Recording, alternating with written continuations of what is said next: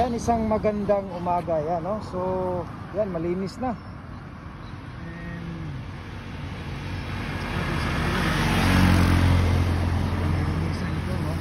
Pero sana makita ito ng ating authority, no?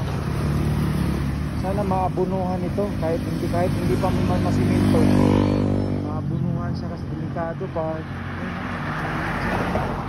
Delikado talaga dito ng portion yan, no? Kita natin. Ayan, sana maabunuhan ito. Ayan, kasi hindi naman na banda, pantay naman yung lupa. So dito na banda is medyo nakaano dito yung mga turista natin, no? Talagang malalim kita natin. So sana makita ito ng mga in charge authority, no? Na gumagawa talaga ng daan kung sino pa talaga, no?